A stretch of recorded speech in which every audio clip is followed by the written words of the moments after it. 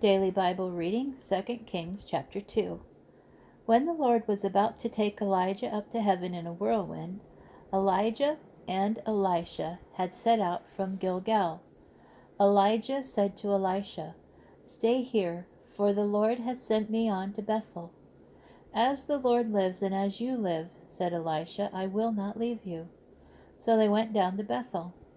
Disciples of the prophets at Bethel came out to Elisha and said to him, "Do you know that the Lord will take your master away from you today?" He replied, "I know it too. Be silent." Then Elijah said to him, "Elisha, stay here, for the Lord has sent me on to Jericho." "As the Lord lives and as you live," said Elisha, "I will not leave you." So they went on to Jericho. The disciples of the prophets who were at Jericho came over to Elisha and said to him, "Do you know that the Lord will take your master away from you today?" He replied, "I know it too. Be silent." Elijah said to him, "Stay here, for the Lord has sent me on to Jordan. As the Lord lives and as you live, I will not leave you," he said, and the two of them went on. 50 men of the disciples of the prophets followed and stood by at a distance from them as the two of them stopped at the Jordan. Thereupon Elijah took his mantle, and rolling it up, he struck the water. It divided to the right and left, so that the two of them crossed over on dry land. As they were crossing, Elijah said to Elisha, "Tell me, what can I do for you before I am taken from you?" Elisha answered, "Let a double portion of your spirit pass on to me."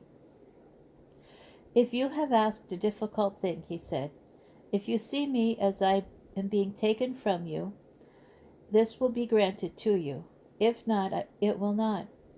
As they kept on walking and talking, a fiery chariot with fiery horses suddenly appeared and separated one from the other. And Elijah went up to heaven in a whirlwind. Elisha saw it, and he cried out, "O Father, Father, Israel's chariots and horsemen!"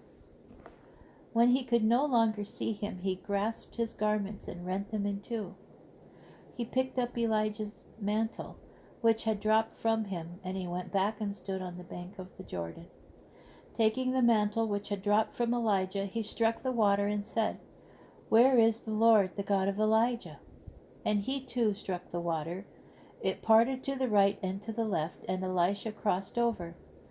When the disciples of the prophets at Jericho saw him from a distance, they exclaimed, "The spirit of Elijah has settled on Elisha." And they went to meet him and bowed low before him to the ground. They said to him, "Your servants have 50 able men with him. Let them go and look for your master. Perhaps the Spirit of the Lord has carried him off and cast him upon some mountain or into some valley." "Do not send them," he replied. But they kept pressing him for a long time until he said, "Send them." So they sent out 50 men who searched for 3 days but did not find him. They came back to him where he was still in Jericho, and he said to them, "I told you not to go." The men of the town said to Elisha, "Look, the town is a pleasant place to live in, as my lord can see. But the water is bad and the land causes bereavement." He responded, "Bring me a new dish and put salt in it." They brought it to him.